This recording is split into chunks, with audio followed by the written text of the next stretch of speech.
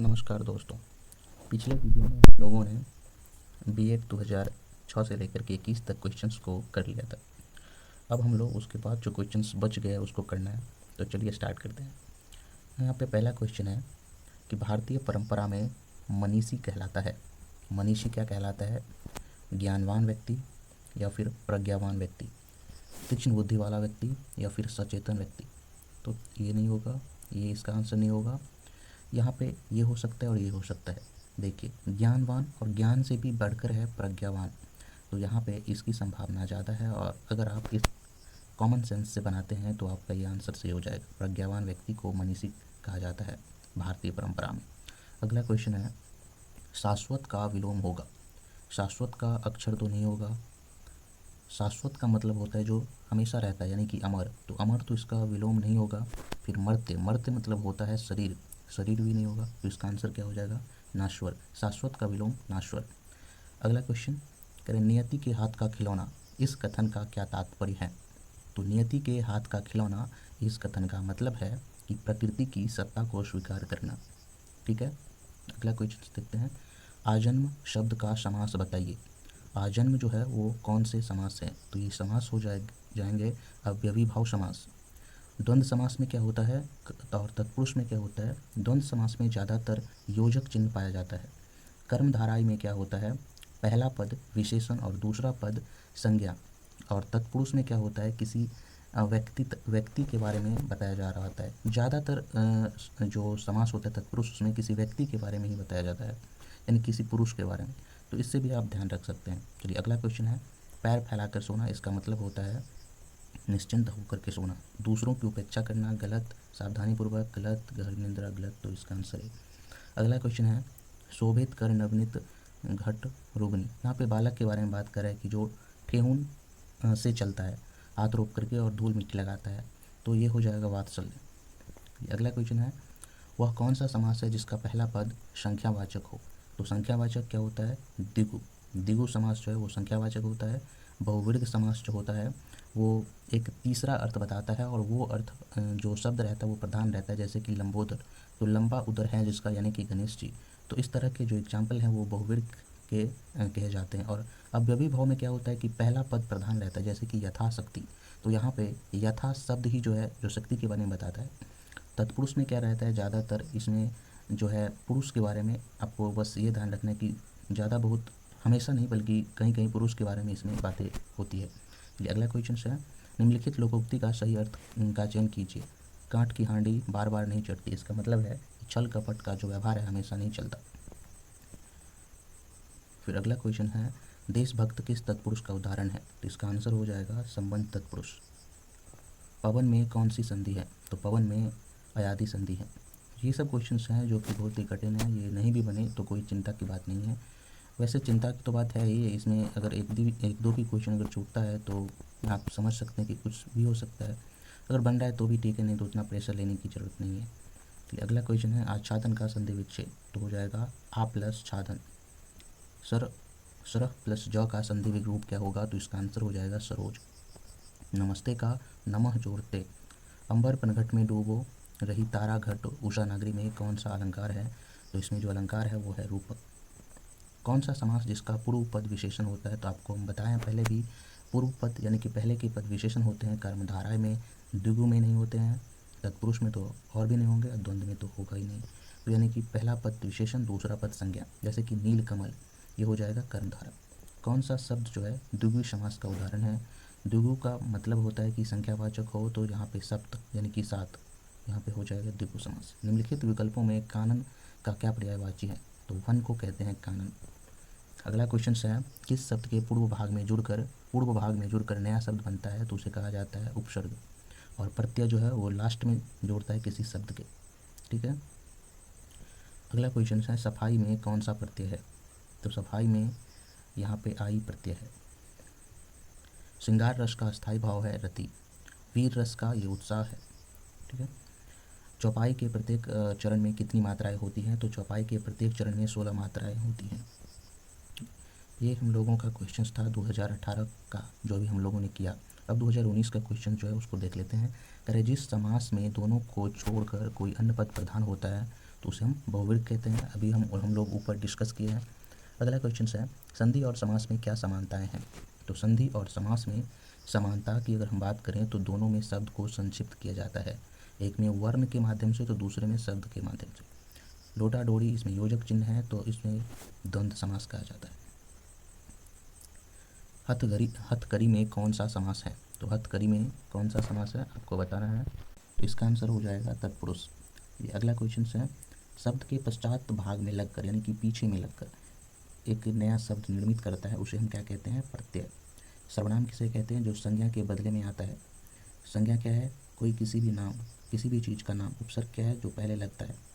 घुमक्कर में कौन सा प्रत्यय है। तो घुमक्कर में देखिए यहाँ पे हम लोग अक्कर बक्कर बम्बे बोल, तो यहाँ अक्कर हो जाएगा क्या, प्रत्यय, जो कि घुमक्कर में लगा है। अगला क्वेश्चन है कवि बिहारी लाल किस रस के कवि हैं। अगर नहीं पढ़े हैं तो हम कह सकते हैं कि भक्ति रस के होंगे, लेकिन इसका आंसर जो है वो श्रृंगार रस के होंगे। बिहारी लाल जो है वो श्रृंगार रस के कवि माने जाते हैं, तो ये जो है गलत हो जाएगा। अगला क्वेश्चन है दोहे के पहले और तीसरे चरण में कितनी मात्राएं होती है। तो दोहे के जो ये पहला चरण होता है और ये तीसरा चरण, पहले चरण में 13 और तीसरे चरण में भी 13, दूसरे चरण में 11 और चौथे चरण में भी 11, तो ये होता है, ठीक है। तो यहाँ का आंसर हो जाएगा 13। 3 बेर खाती और 3 बेर खाती है। यहाँ पे 3 बेर खाती यानी कि 3 समय खाती है, और 3 बेर यानी कि फल। एक ही शब्द का जब 2 मीनिंग हो तो उसके लिए आता है यमक अलंकार। अंडे का शहजादा का मतलब होता है अनुभवहीन व्यक्ति। हालांकि आप कमज़ोर भी मार सकते हैं, लेकिन यहाँ पे हो जाएगा अनुभवहीन व्यक्ति। चलिए अगला क्वेश्चन है अम्बु शब्द का पर्यायवाची शब्द का चयन कीजिए। तो अम्बु का मतलब होता है जल। मृगांक शब्द का पर्यायवाची क्या होगा, तो सुधाकर। लोचन आँख का हो जाता है, मृग हरिण का हो जाता है। चलिए विधि शब्द का विलोम शब्द का चयन कीजिए। विधि का मतलब कहीं कहीं आपको निषेध भी मिलेगा, कहीं कहीं वियोग भी मिलेगा। मेरे हिसाब से इसका आंसर निषेध ही होना चाहिए, लेकिन इसका आंसर की में वियोग दिया है, तो आप देख लीजिएगा क्या देना उचित रहेगा। चलिए अगला क्वेश्चन देखते हैं। कह रहे कि 2 वर्णों के मेल से उत्पन्न विकार को क्या कहते हैं। 2 वर्णों के मेल से, तो इसको कहते हैं ये संधि। जब 2 शब्दों के मेल से जो कुछ शब्द नया शब्द बनता है उसे समास कहेंगे। समास शब्द का क्या अर्थ होता है, समास का अर्थ होता है संक्षिप्त। तो ये हम लोगों का 2019 का भी क्वेश्चंस जो है वो कंप्लीट हो गया। अब 2020 के क्वेश्चंस पे हम आते हैं। इसमें पूछा गया है कि दारा का अर्थ क्या है। तो दारा का अर्थ हो जाता है पत्नी। इसमें फिर कहा गया अगला क्वेश्चन मूर्धन्य व्यंजन कौन सा है। तो यहाँ पे क ख ये कंठ से हो गया, कंठ से। प फ ये ओठ से हो गया। ये ट ठ वाला जो है वो होता है मूर्धन्य से, और चौ चौ वाला होता है तालु से। तो इसका आंसर सी। इसमें कौन सा तद्भव शब्द है। तो तद्भव शब्द होता है जो हिंदी का शब्द हो, जो संस्कृत से बिगड़ करके हिंदी में आया हो। तो इधर जो है ये हो जाएगा आंसर 14। निम्नलिखित विकल्प में से तत्सम शब्द को चुनें। तत्सम, तत्सम मीन्स जो संस्कृत के ओरिजिनल शब्द हैं। तो कर्पूर अगर रहता तो तत्सम होता, लेकिन यहाँ पे कपूर है तो ये हिंदी का है। जब हिंदी का है तो ये तत्सम तो नहीं बल्कि तद्भव होगा। यहाँ पे तत्सम पूछा है तो ये भी नहीं, ये भी नहीं, आम्र होता है, ओज हो जाएगा तत्सम शब्द। भाषा की सबसे छोटी इकाई क्या है। तो भाषा की सबसे छोटी इकाई है वर्ण। चौपाई के प्रत्येक चरण में कितनी मात्राएं होती है। चौपाई के प्रत्येक चरण में 16 मात्राएं होती हैं, और ये क्वेश्चन बार बार पूछा जाता है। 2020 में भी पूछा गया है, 21 में भी, और उससे पहले भी पूछा गया है। फिर रामचरितमानस की रचना किस शैली में की गई है। तो ये दोहा और चौपाई की शैली में की गई है। इसमें कौन महाप्राण ध्वनि है। महाप्राण ध्वनि क्या होता है, जब हम लिखते हैं अ से व्यंजन को जब हम लिखते हैं तो उसमें से पहला जो है और तीसरा ये हो जाएगा अल्पप्राण, अल्पप्राण, और दूसरा और चौथा ये हो जाएगा महाप्राण, ठीक है। तो यहाँ पे ख दूसरा है तो महाप्राण पूछ रहा है, तो आंसर बी। अगला क्वेश्चन, दिए गए रिक्त स्थान पर उचित चिन्ह चुने। आह कितना सुंदर पुष्प खिला है। तो इसके लास्ट में क्या होगा, आह के इधर, तो यह ये हो जाएगा विस्मय बोधक, यानी कि चकित होकर बोल रहा है आह, तो यह सी ऑप्शन से हो जाएगा। इसमें बोल रहा है अल्प विराम चिन्ह को पहचाने। तो अल्प विराम ये होता है। निम्नलिखित में किस शब्द में उपसर्ग है। तो उपसर्ग है तो इसका आंसर ये नहीं होगा, ये नहीं होगा, ये नहीं होगा। तो पता है ये अपने हाथ से स्वयं काम करो, इसका शुद्ध व रूप हो जाएगा अपना काम स्वयं करो। बहुवचन में चिड़िया शब्द का क्या होता है, तो इसके ऊपर में आ जाता है ये चांद बिंदु। तो किधर है ये, इसमें नहीं है, इसमें नहीं है, इसमें नहीं है, इसमें है। संस्कार शब्द में किस उपसर्ग का प्रयोग है, तो ये याद रखना है, ये नहीं होगा, ये होगा। निम्न में किस शब्द में आ उपसर्ग नहीं है, तो आदरणीय में आ उपसर्ग नहीं है, बल्कि इसमें आदर जो है वो उपसर्ग है। तो इसका हो जाएगा आंसर ये, इसमें आदरणीय में आ उपसर्ग नहीं है, बल्कि सब में आ उपसर्ग है, इसमें नहीं है। तो यहाँ तक हम लोगों का 2020 भी खत्म हो गया। अब बच गया लास्ट 2021।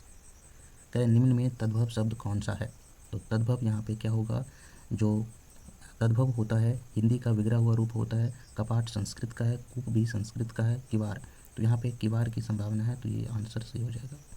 अगला क्वेश्चन है सर्वनाम शब्द किसके स्थान पर प्रयुक्त होता है। सर्वनाम जो है वो संज्ञा के स्थान पर प्रयुक्त होता है, जैसे कि राम आम खाता है और वह सोने चला गया। तो यहाँ पे वह जो है राम के बारे में बता रहा है, तो वह क्या है, सर्वनाम है। निम्न में वायु का पर्यायवाची शब्द है, वायु का पर्यायवाची समीर। आँख का तारा होना का अर्थ क्या होगा, अत्यंत प्यारा होना, या फिर यहाँ पे प्यारा होना, तो यही आंसर होगा। यदि होती, इनका है कि यदि वर्षा होती तो फसल अच्छी होती, ये क्या है, तो ये होगा हेतु हेतु मध्य भूतकाल। इसमें क्या होता है कि दो काम होने वाला रहता है, जब एक काम होगा तभी दूसरा हो सकता है, तो ये हो जाएगा हेतु हेतु भूतकाल। अपूर्ण भूतकाल में क्या होता है, कोई काम ऐसा जो भूतकाल में हो और पूर्ण नहीं हुआ हो जाएगा अपूर्ण भूतकाल। ठीक है। अगला क्वेश्चन है लड़के नदी में तैर रहे हैं। ये जो उदाहरण है तैर रहे हैं यानी कि अभी पूर्ण नहीं हुए हैं, तो अपूर्ण होगा, और वर्तमान है तो वर्तमान काल, बी ऑप्शन से हो जाएगा। अर्थ दृष्टि से निम्न में भिन्न है, इसका मतलब जो है तीनों में कोई एक है जिसका अलग होगा। डगर मतलब राह, पथ मतलब राह, पथ मतलब राह, सब ये दोनों एक है। धरा मतलब धरती। दर्शनीय शब्द में प्रत्यय है, तो दर्शनीय में क्या प्रत्यय है, तो इसका आंसर हो जाएगा ये। पुनर्जन्म का सही संधि विच्छेद हो जाएगा पुनः प्लस जन्म। कीर्ति का विलोम हो जाएगा, कीर्ति का उल्टा हो जाएगा अपकीर्ति। तो ये था हम लोगों का क्वेश्चंस, जिसका क्या हो गया एंड। अब हम लोग किसी दूसरे सब्जेक्ट्स लेंगे और उसके सारे PYQ करेंगे, जो कि पूछा जाता है और बहुत ही इम्पोर्टेंट रहता है और बार बार रिपीट भी होते रहता है। तो यहाँ तक आप बने रहें, इसके लिए बहुत बहुत धन्यवाद।